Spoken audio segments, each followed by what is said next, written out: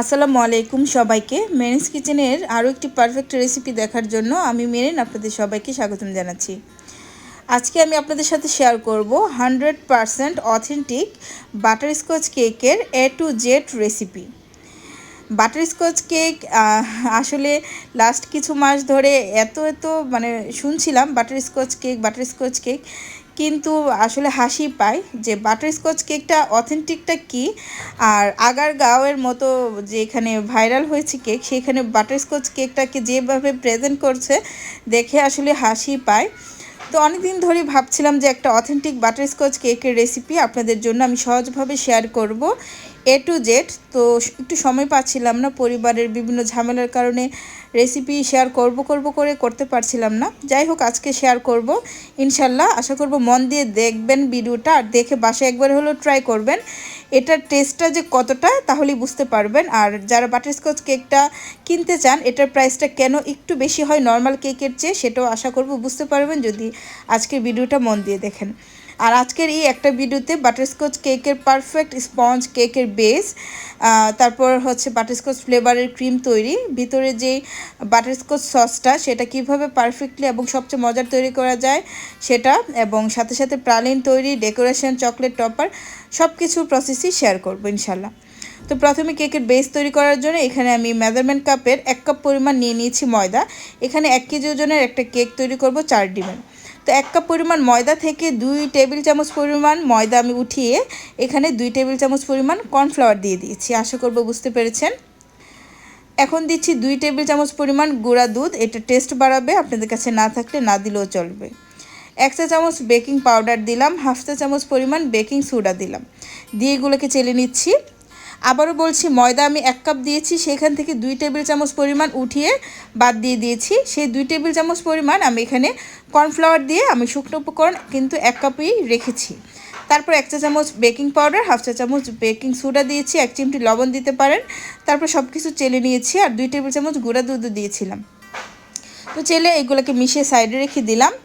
আর এখানে নর্মাল তাপমাত্রায় থাকা, অবশ্যই নর্মাল তাপমাত্রায় থাকা 4টা ডিম আমি নিয়ে নিয়েছি। ডিমের কুসুমটা উঠিয়ে নিয়েছি, এবং যে মিক্সিং বলে আমি ডিমগুলোকে নিয়েছি, সেই মিক্সিং বোলটা যেন একদম শুকনো হয় সেদিকে খেয়াল রাখবেন। কোনো ধরনের পানি থাকলে কিন্তু ডিমের ফোমটা ভালো হবে না, এবং বিটার স্ট্রেন্টও একদম শুকনো থাকতে হবে। তো কুসুমগুলো সাবধানে উঠিয়ে নিলাম যেন কোনো হলুদ অংশ না চলে আসে। তারপর ডিমের সাদা অংশটাকে আমি একটু করে বিট করে নিয়েছি, এরপর চিনি অ্যাড করছি অল্প অল্প করে।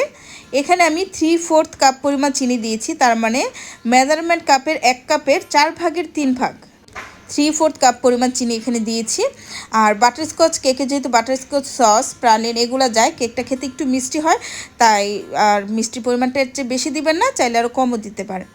তো যখন এটা এরকম ফোম হয়ে এসেছে, সম্পূর্ণ চিনিটা কিন্তু আমি 3 বারে ধাপে ধাপে অ্যাড করেছি। যখন এরকম একটা ফুমি টেক্সচারে চলে এসেছে, তখন এখানে আমি 4টা ডিম দিয়ে দিলাম, এবং সাথে 1 চা চামচ পরিমাণ বাটারস্কচ ইমালশন অ্যাড করেছি। বাটারস্কচ ইমালশনটা আপনারা যে কোনো বেকিং শপে বা পেজে খোঁজ করলেই পেয়ে যাবেন। আর ডিমের কুসুম দেওয়ার পর বেশি সময় বিট করার দরকার নেই, জাস্ট কিছুক্ষণ বিট করে নিয়েছি। দেখুন এটা এরকম ঘন একটা পজিশনে আছে। তো এরপর যে এখানে আমি 2 টেবিল চামচ পরিমাণ রান্নার রেগুলার তেল দিলাম। স্পঞ্জ কেকে তেলটা না দিলেও চলে, তবে একটু দিলে আমার কাছে মানে রেজাল্টটা বেশি ভালো মনে হয়। তো আমি 2 টেবিল চামচ পরিমাণই দিয়েছি, অল্প করেই দিলাম। তো দেওয়ার পর আমার এটা বিট করা হয়ে গিয়েছে। এবার এখানে আমি দিয়ে দিচ্ছি যেই ময়দাটা আগে থেকে চেলে নেওয়া ছিল সেটা। তো এটা আমি অল্প অল্প করে 3 বারে অ্যাড করব। প্রথম ধাপের কিছু শুকনো উপকরণ দিয়ে হ্যান্ড উইক্সটাকে একদিক থেকে আস্তে আস্তে করে সময় নিয়ে আমি ঘুরিয়ে ঘুরিয়ে শুকনো উপকরণটা মিশিয়ে নিচ্ছি। এই শুকনো উপকরণ মিক্সের ক্ষেত্রে কখনোই খুব বেশি তাড়াহুড়া অবলম্বন করবেন না, এবং একবার ডানে একবার বামে এরকম করে ঘোরাবেন না, আস্তে আস্তে হ্যান্ড উইক্সটাকে ঘুরিয়ে ঘুরিয়ে একদিক থেকে ঘুরিয়ে ঘুরিয়ে মিক্স করবেন। আশা করব ভিডিওতে দেখে বুঝতে পারছেন। আমি কিন্তু এখানে দ্বিতীয় ধাপে শুকনো উপকরণ দিয়েছি, এবং সাথে 2 টেবিল চামচ পরিমাণ লিকুইড দুধ দিয়েছি। লিকুইড দুধ এখানে আমি 1/4 কাপ বা 4 টেবিল চামচ পরিমাণ ইউজ করব। তো অলরেডি আমি 2 টেবিল চামচ পরিমাণ দিয়েছি। তো এখন সব কিছু মিশিয়ে নেওয়ার পর এবার সবশেষে শুকনো উপকরণগুলো দিয়ে দিলাম, এবং সাথে আরও 2 টেবিল চামচ পরিমাণ দুধ আমি অ্যাড করে দিয়েছি। দিয়ে আবারও আস্তে আস্তে করে মিশিয়ে নিচ্ছি। এই মিক্সিংটা আস্তে আস্তে সময় নিয়ে করবেন, যেন ডিমের যে ফোমটা আমরা তৈরি করেছি প্রথমে বিট করে সেটা নষ্ট না হয়ে যায়। তো দেখুন আস্তে আস্তে করে মিক্স করে আমি ব্যাটারটা তৈরি করে নিয়েছি। ব্যাটারটার মধ্যে একটা ফ্লাফি ভাব থাকবে যদি আপনারা মানে প্রপারলি ব্যাটারটা তৈরি করতে পারেন। ব্যাটারটা চুপসে যাবে না, একটা ফ্লাফি ভাব থাকবে ব্যাটারের মধ্যে। তো এই তো আমার ব্যাটারটা হয়ে গিয়েছে। আর ব্যাটারটা কীরকম ক্রিমি হয়েছে আশা করব আপনারা দেখে বুঝতে পারছেন। এই তো আমার ব্যাটারটা হয়ে গিয়েছে। তো এবার আমি কেকটাকে বেক করার জন্য এখানে 9 ইঞ্চি সাইজের একটা রাউন্ড শেপের মোল্ড নিয়ে নিয়েছি। মোল্ডের নিচে অয়েল ব্রাশ করে বেকিং পেপার বিছিয়ে দিয়েছি। সাইডে কখনোই অয়েল ব্রাশ করা যাবে না স্পঞ্জ কেকের বেলায়। তো তার মধ্যে এখন কেকের সম্পূর্ণ ব্যাটারটা আমি দিয়ে দিলাম। দিয়ে খুব ভালো করে টেপ করে নিয়ে আমি এটাকে ওভেনে বেক করে নিব। আপনারা চাইলে চুলাতেও বেক করতে পারেন। চুলায় কীভাবে কেক বেক করা যায় তার অনেক অনেক রেসিপি চ্যানেলে আছে, একটু দেখে নেবেন। আর ওভেনে আমি কেকটাকে 170 ডিগ্রি তাপে আপ ডাউন হিট অন রেখে 40 মিনিটের, মোটামুটি 40 মিনিটের চেয়ে একটু কম সময় লেগেছে এটা বেক করে নিয়েছি। আর এর মধ্যে মাশাআল্লাহ দেখুন কত সুন্দরভাবে কেকটা বেক হয়ে গিয়েছে এবং মোলটা একদম ভরে গিয়েছে। কেকের মোলটা যদি সুন্দরভাবে এরকম ভরে যায় মনটাই কিন্তু ভালো লাগে। আর কেকটা মাশাআল্লাহ খুবই সফট হয়েছিল এবং ফ্লেভারটাও দারুণ হয়েছিল।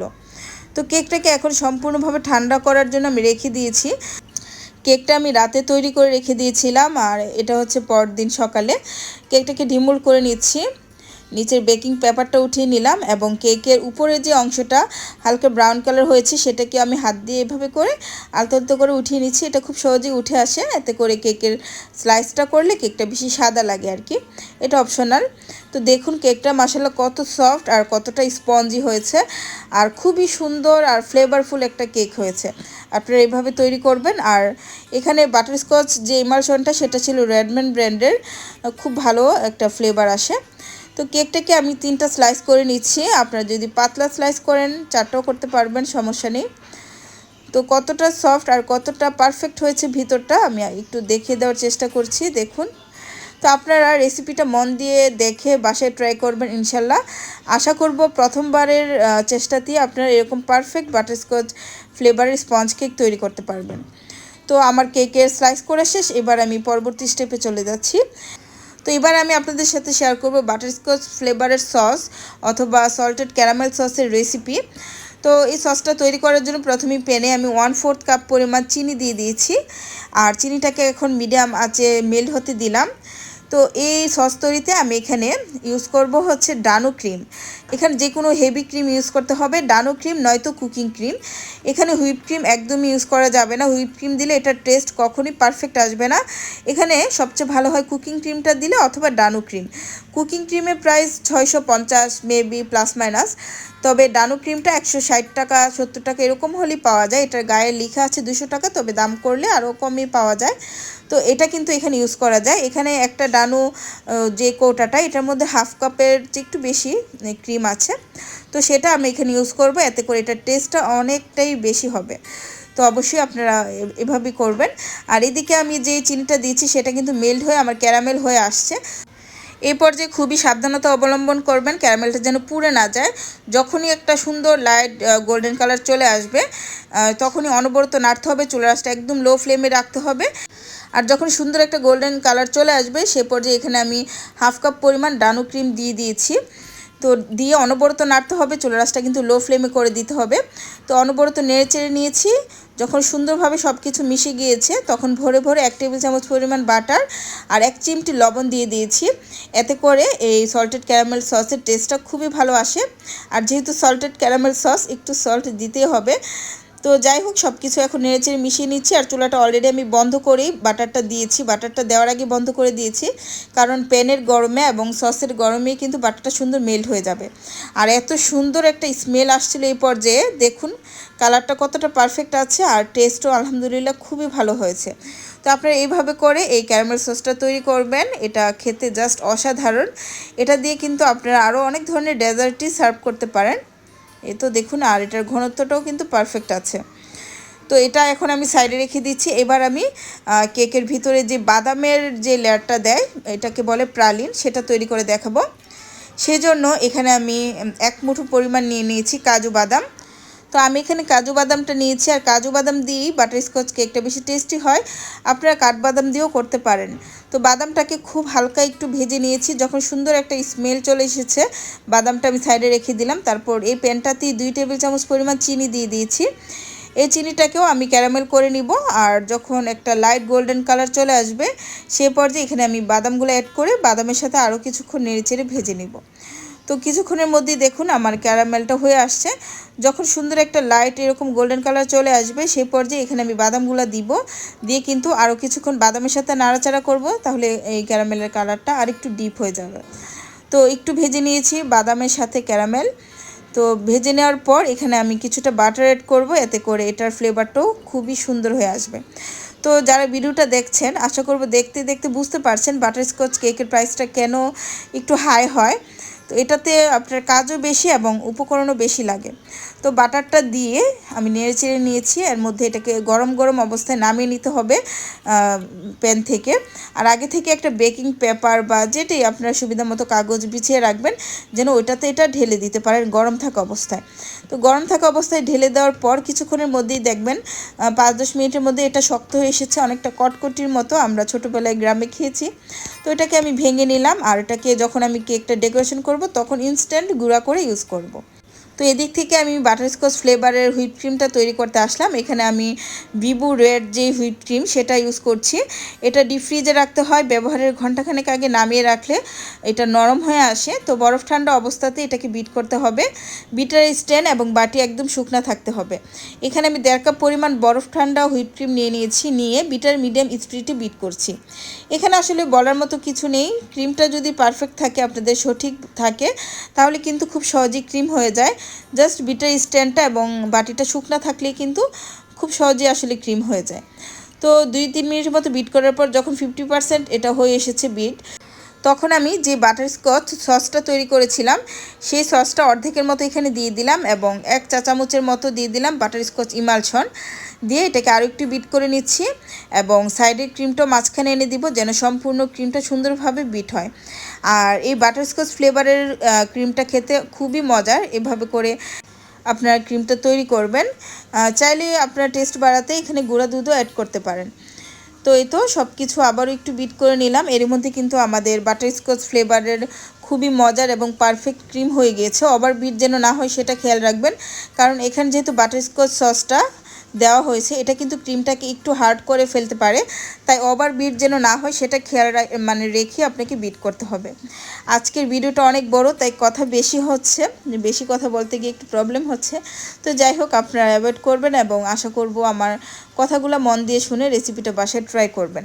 আমি সর্বোচ্চ চেষ্টা করেছি আপনাদেরকে বোঝানোর জন্য। তো এখানে 12 ইঞ্চি সাইজের একটা কেক বোর্ড নিয়ে নিয়েছি, সামান্য একটু ক্রিম লাগিয়ে এখানে একটা কেকের স্লাইস দিয়ে দিলাম। তারপর দিয়ে দিয়েছি সুগার সিরাপ আমরা সবাই তৈরি করতে পারি। 1 কাপ পরিমাণ পানির সাথে 1/4 কাপ পরিমাণ চিনি আমরা দিয়ে খুব ভালো করে মিশিয়ে নিলেই কিন্তু সুগার সিরাপ হয়ে যায়। সুগার সিরাপটা খুব বেশিও না আবার খুব কম না, এভাবে করে দিবেন যেন কেকটা খেতে ড্রাই না লাগে আবার সেতেও না হয়ে যায়। তো সুগার সিরাপ দিয়ে দেওয়ার পর এখানে আমি একটা ক্রিমের লেয়ার দিয়ে দিয়েছি। তারপর একটা প্যালেট নাইফের মাধ্যমে ক্রিমটাকে সমান করে নিলাম। এরপর আমি এখানে দিব হচ্ছে যে ক্যারামেল সসটা তৈরি করেছি সেটা, এবং যে বাদামের প্রালিনটা আমরা তৈরি করেছি সেটা ইনস্ট্যান্ট গুঁড়া করে এখানে ইউজ করব। কারণ এই প্রালিনটা আগে থেকে গুঁড়া করে রাখলে অনেক সময় দেখা যায় দলা পাকিয়ে যায়, যেহেতু এখানে ক্যারামেল আছে আঠালো আঠালো হয়ে যায়, তাই ইনস্ট্যান্ট গুঁড়া করে ইউজ করলেই ভালো। আমি এরকম ছেঁচনি দিয়ে ছেঁচে নিয়েছি, আপনারা বেলুনের মাধ্যমে বা শিলের মাধ্যমে যেভাবে আপনাদের সুবিধা হয় সেভাবে করে এটাকে গুঁড়া করে নেবেন। একদম মিহি গুঁড়া করতে হবে না, আধা ভাঙ্গা হলেই হবে। তো এখানে কথা বলতে বলতে আমি কেকের দ্বিতীয় লেয়ারটা কিন্তু দিয়ে দিয়েছি। তারপর সেমভাবে সুগার সিরাপ দিলাম, এখন দিচ্ছি ক্রিমের লেয়ার, এরপর দিব হচ্ছে ক্যারামেল সস, তার উপরে দিব হচ্ছে বাদাম, যে বাদামের গুঁড়া আর কি প্রালিন। তো প্রালিনটা কিন্তু আমি যতটুকু তৈরি করেছি সম্পূর্ণটা এই পর্যায়ে গুঁড়া করিনি, এখানে অর্ধেকটার মতো গুঁড়া করে লেয়ারে দিয়ে দিয়েছি আর কি, 2টা লেয়ারে। এখানে সম্পূর্ণটা লেগেছে অর্ধেক পরিমাণে, আর বাকি অর্ধেকের মতো আমি কিন্তু রেখে দিয়েছি। সেটা আমি যখন সাইডে ফিনিশিংয়ে বাইরে ইউজ করব তখন ওইটা ইনস্ট্যান্ট করে ইউজ করব, এতে করে ওইটাও দলা পাকাবে না, সুন্দর ঝরঝরে থাকবে, কাজের ফিনিশিংটা ভালো হবে। তো আশা করব আপনারা বুঝতে পেরেছেন। তো কেকের সাইডটা একটু স্ক্র্যাপারের মাধ্যমে টেনে নিয়েছিলাম, উপরে সুগার সিরাপ দিয়ে দিয়েছি। এবার কেকের ফিনিশিংটা দিচ্ছি পাইপিং ব্যাগের মাধ্যমে। প্রথমে কেকের সাইডে আমি খুব ভালো করে ক্রিম লাগিয়ে নিচ্ছি, তারপর মাঝখানে দিয়ে দিব ক্রিম। আর সবসময় আমার কাছে মনে হয় এভাবে করে কেকে ফিনিশিং আনলে খুব দ্রুত ফিনিশিং চলে আসে, 2 মিনিটের মতো সময় লাগে না, ঝটপট ফিনিশিং চলে আসে। সেই জন্য আমি সবসময় এভাবে করে ফিনিশিং দিই। আপনাদের যেভাবে সুবিধা হয় সেভাবে করে দিতে পারেন। আর আজকের কেকটা আমি ক্রাম্স কুটও করিনি, আমার হাতে খুব কম সময় ছিল, তারপর আলহামদুলিল্লাহ ভালোই ফিনিশিং এসেছে। আর ফিনিশিংটা হচ্ছে আপনারা যত যত্ন নিয়ে করবেন, ভালোবেসে করবেন, ততটাই পারফেক্ট হবে। তো স্ক্র্যাপারের মাধ্যমে সাইডটা সমান করছি এবং প্যালেট নাইফের মাধ্যমে উপরটা সমান করছি। ভিডিওতে দেখে আশা করব আপনারা বুঝে নিচ্ছেন। আসলে সব কিছু বলে বোঝানো যায় না, ভিডিওতে দেখে বুঝতে হবে এবং কিছুটা আপনারা যখন কাজ করবেন, কাজ করতে করতেই বুঝে নেবেন। তো ফাইনালি আমি একটা প্যালেট নাইফের মাধ্যমে উপরটা টেনে টেনে এরকম করে নিচ্ছি, সমান করে নিচ্ছি। আর একটা জিগজ্যাগ স্ক্র্যাপারের মাধ্যমে কিন্তু সাইডে একটা জিগজ্যাগ ডিজাইন করে নিলাম। এতে করে আমার কাছে বাটারস্কচ ফ্লেভারের কেকগুলো দেখতে বেশি ভালো লাগে। এবার বুটটা ক্লিন করে নিচ্ছি টিস্যুর মাধ্যমে, অবশ্যই সুন্দরভাবে ক্লিন করে নিতে হবে এ পর্যায়ে। এরপর আমি এখানে বাটারস্কচের যে অথেন্টিক একটা লুক, সিগনেচার ডেকোরেশন, সেটা হচ্ছে বাটারস্কচ সসটা বাইরে থাকবে, সাথে সাথে যে প্রালিনটা সেটাও কিন্তু বাইরে দিয়ে দেখা যাবে। এটা হচ্ছে একটা বাটারস্কচ কেকের অথেন্টিক এবং সিগনেচার লুক। তো সেজন্য অবশ্যই প্রালিন এবং সস দুইটাই বাইরে দিয়ে মানে ডেকোরেশনে থাকবে। তো সেজন্য আমি প্রালিনটা কিন্তু সাইড দিয়ে এরকম করে দিয়ে দিয়েছি। আশা করব ভিডিওতে দেখে বুঝতে পেরেছেন। আর খুব ভালো করে আমি একটা প্যালেট নাইফের মাধ্যমে এটাকে এভাবে চেপে চেপে কেকের গায়ে সুন্দরভাবে সমান করে বসিয়ে দিচ্ছি। দেখুন আমি একটা কার্ড ইউজ করেছি, আপনারা আপনাদের সুবিধা মতো যেভাবে সুবিধা হয় সেভাবে এটাকে সুন্দরভাবে সেট করে নেবেন। দেখুন মাশাআল্লাহ সুন্দর মতো কিন্তু আমার প্রালিনটা সাইডে সেট করা হয়ে গিয়েছে। তারপর বুটটা একটু ক্লিন করে নিয়েছি। এবার আমি হচ্ছে একটা স্টার নজলের মাধ্যমে একটু এবড়ো থেবড়ো করে কতগুলো ফুল দিয়ে দিব। একবার ডান পাশ দিয়ে ঘুরিয়ে টান দিব, একবার বাম পাশ দিয়ে ঘুরিয়ে টান দিব, মানে উল্টা উল্টা করে আর কি, একবার এইভাবে একবার ওইভাবে। তো এরকম করে করে টেনে টেনে আমি উপরে একটা বর্ডার মতো করে দিচ্ছি। অনেক সময় করতে গিয়ে এটা মানে নিজেই ভুলে যাচ্ছিলাম এবার কি ডান দিকে দিব নাকি বাম দিকে দিব। তো যাই হোক আমি দিয়ে নিয়েছি আর কি। তারপর এখানে আমি কিছুটা হোয়াইট চকলেট গানাশ তৈরি করেছি। আমি হোয়াইট চকলেট গানাশ এবং ক্যারামেল সস দুইটা মিলিয়ে উপরে একটু ডেকোরেশন করব, যে ক্যারামেল সসটার ফাঁকে ফাঁকে একটু হোয়াইট হোয়াইট দেখা যাবে গানাশটা, এরকম করে করার চেষ্টা করেছি।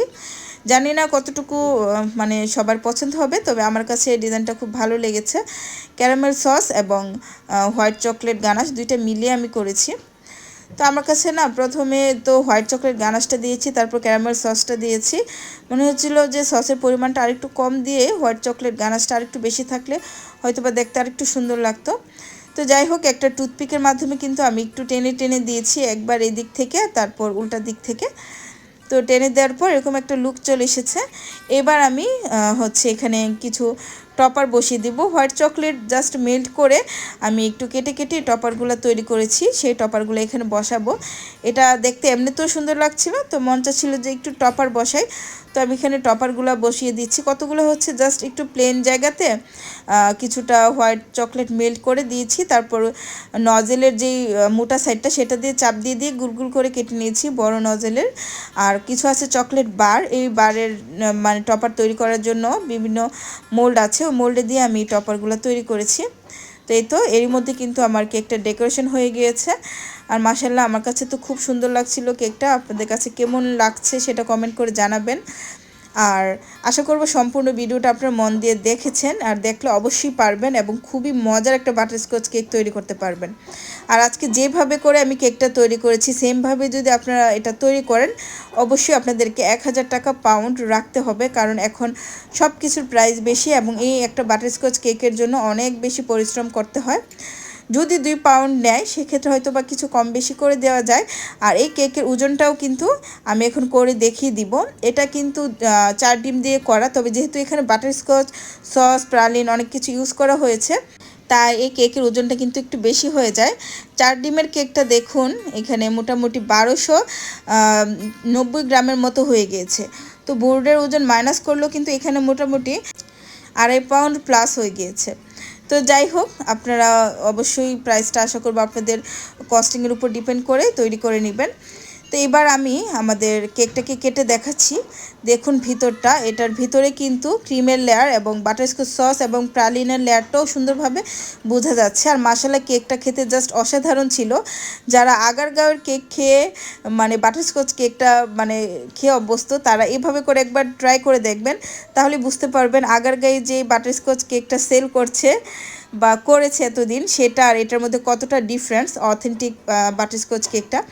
আগারগাঁয়ের বাটারস্কচ কেক শুনতে শুনতে আসলে অনেক দিন ধরে মন চাচ্ছিল যে রেসিপিটা শেয়ার করি, তবে শেয়ার করা হচ্ছিল না। তো এবার শেয়ার করলাম। আপনারা এই ধোকা 2 নাম্বার রেসিপির বাটারস্কচ কেক, নামে বাটারস্কচ কেক, এগুলো না খেয়ে একটু কষ্ট করে মানে বাসায় তৈরি করে নিজে খাবেন, বাচ্চাদেরকে খাওয়াবেন, পরিবারের সবাইকে খাওয়াবেন, দেখবেন সবাই খেয়ে প্রশংসা করবে।